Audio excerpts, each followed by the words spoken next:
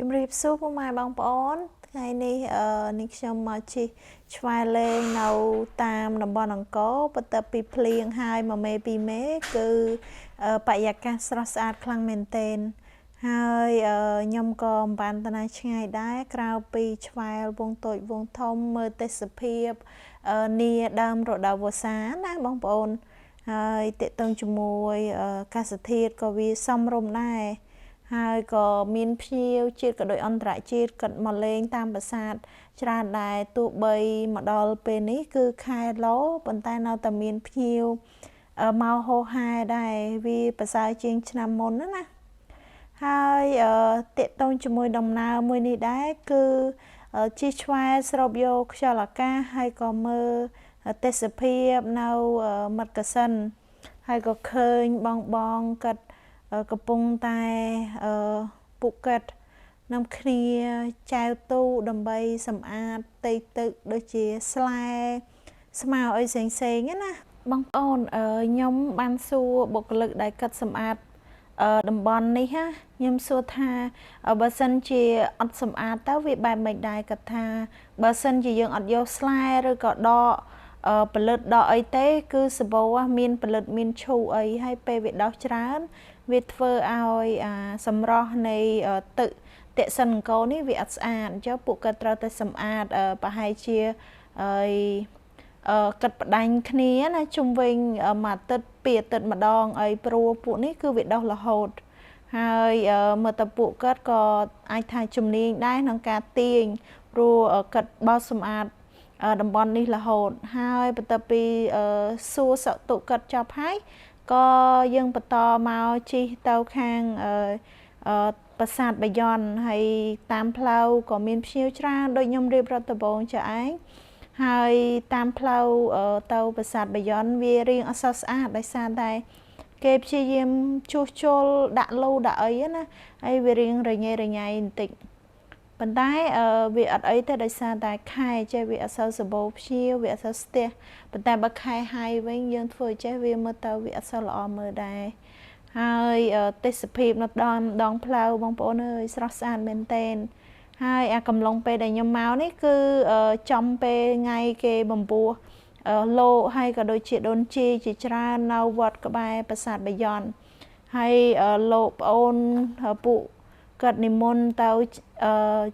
បន្ទាប់ពីឆាន់ចហាន់ពេលព្រឹកហើយពួកគាត់ត្រឡប់មកវត្តមួយទៀតណា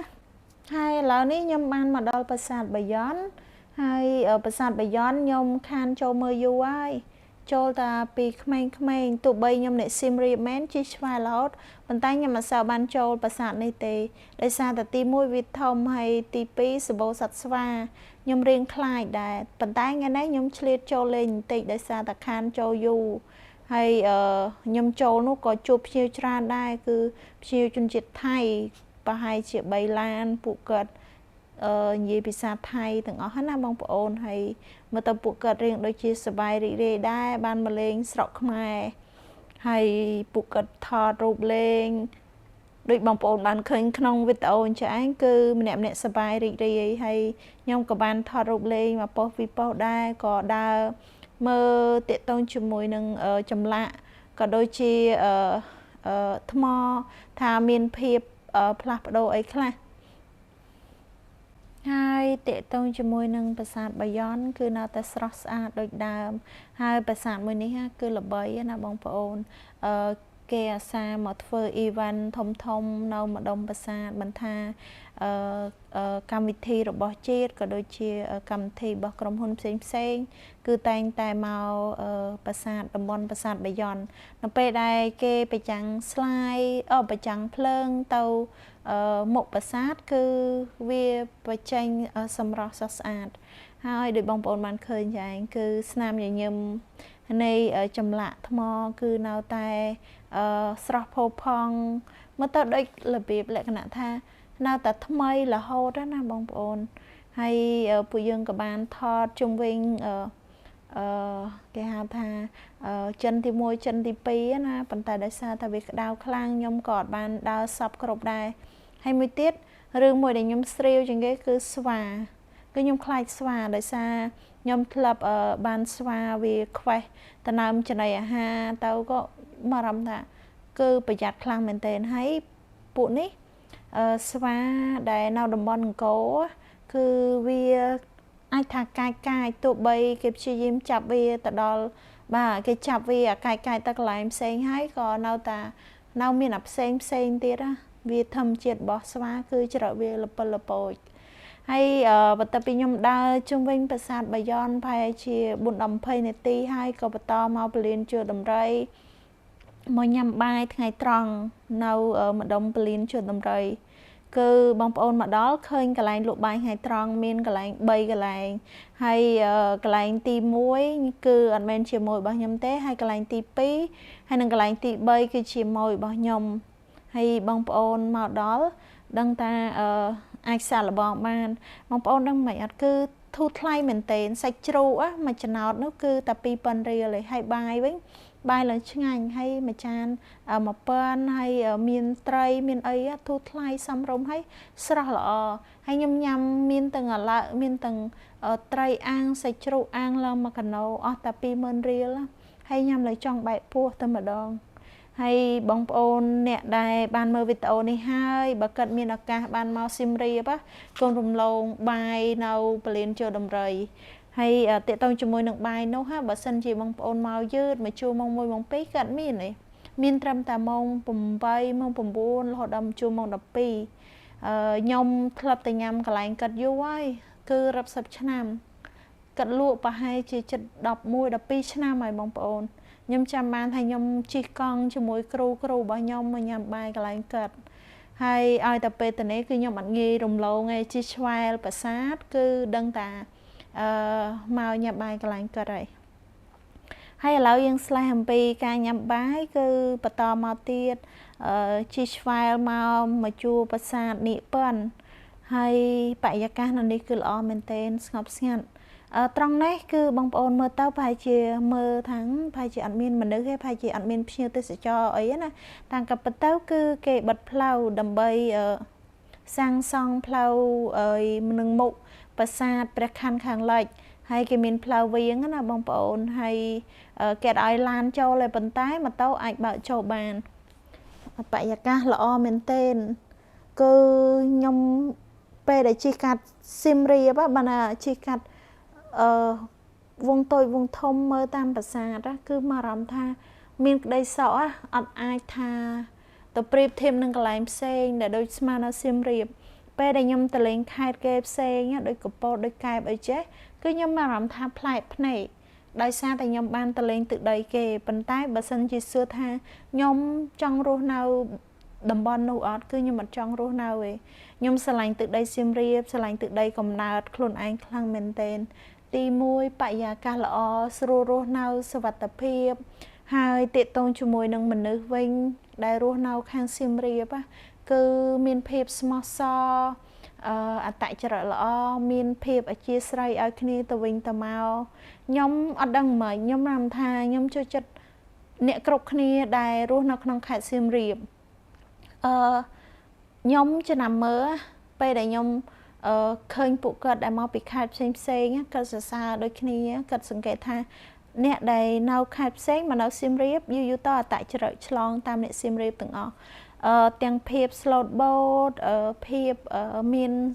ការសដោះប្រណីឲ្យគ្នាទៅវិញទៅមកអីណាបងប្អូនហើយមានបរទេសមួយចំនួនធំដែលគាត់ស្រេចចិត្តថា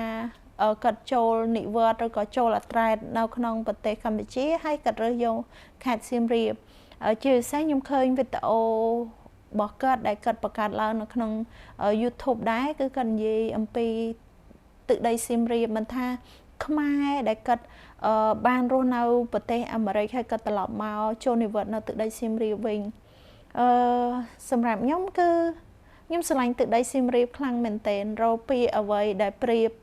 មិនបានណាចង់តែនិយាយតដែរថាគឺស្រឡាញ់ខ្លាំងតម្លៃអីក៏វាសមរម្យណាទាំងប្រជាពលរដ្ឋញៀមទៅសរសើរតាប្រជាពលរដ្ឋខ្លួនឯងដោយសារតែខ្ញុំជាអ្នកសៀមរាបផ្ទាល់តាំងពីជំនាន់ដូនតារបស់ខ្ញុំមកគឺខ្ញុំធំរត់លើសមកទឹកដីអង្គរទាំងម្ដង ចូល4-5ចំនួនណាហើយ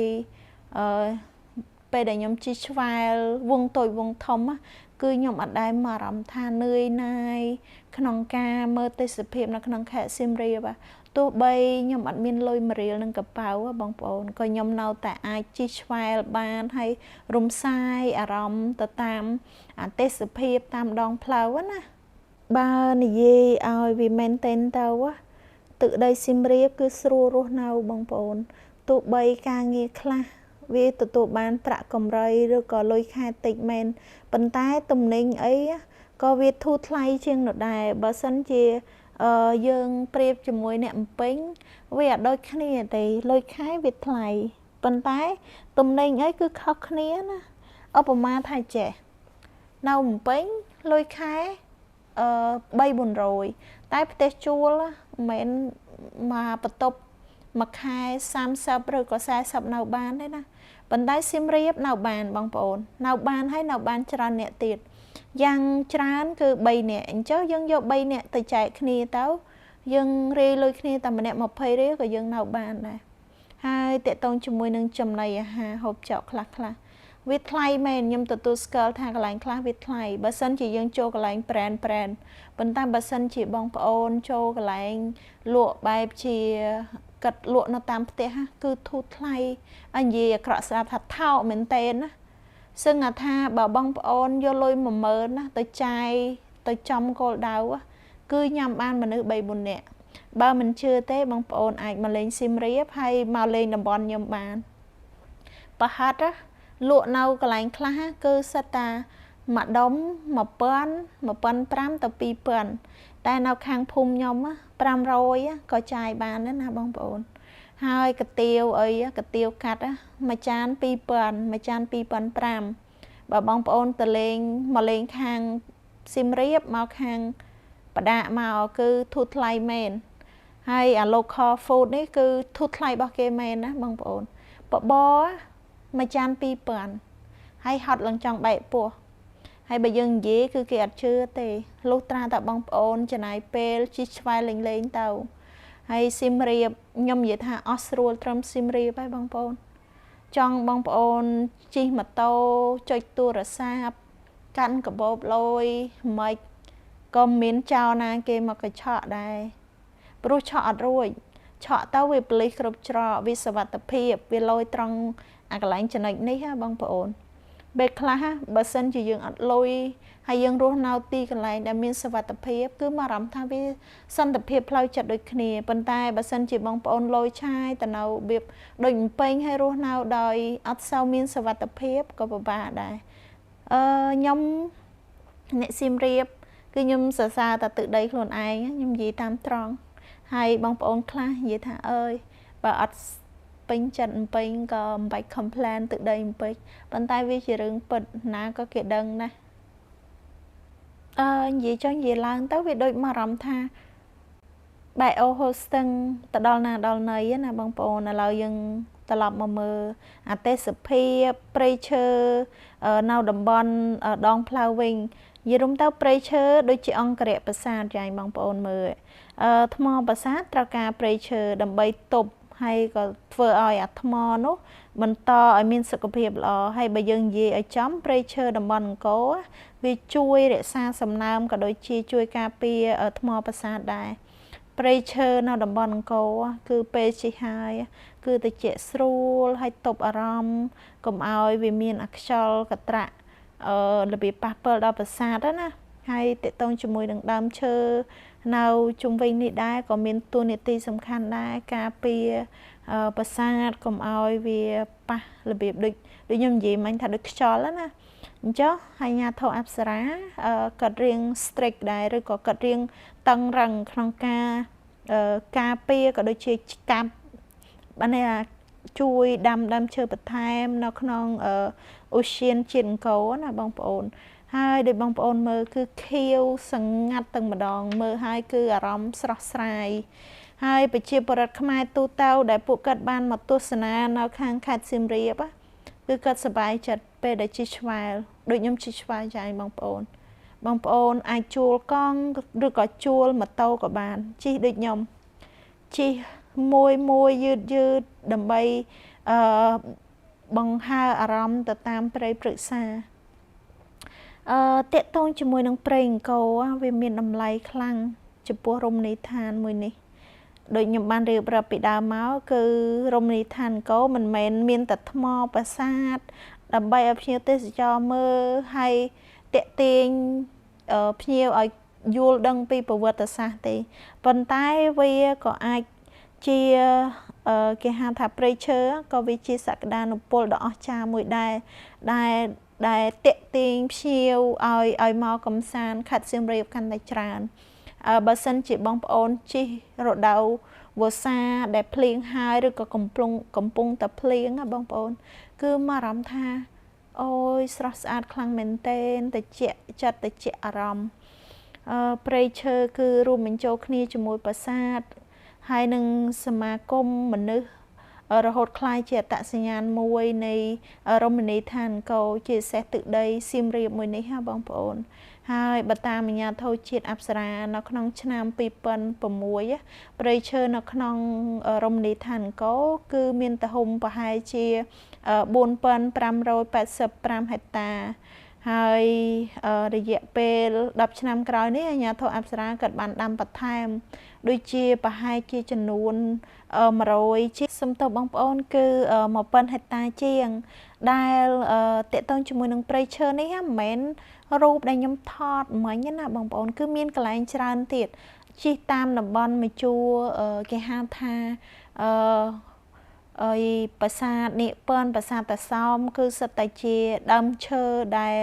អាជ្ញាធរអប្សរាក៏ដាំបន្ថែមហើយនៅពេលដែលយើងនិយាយអំពី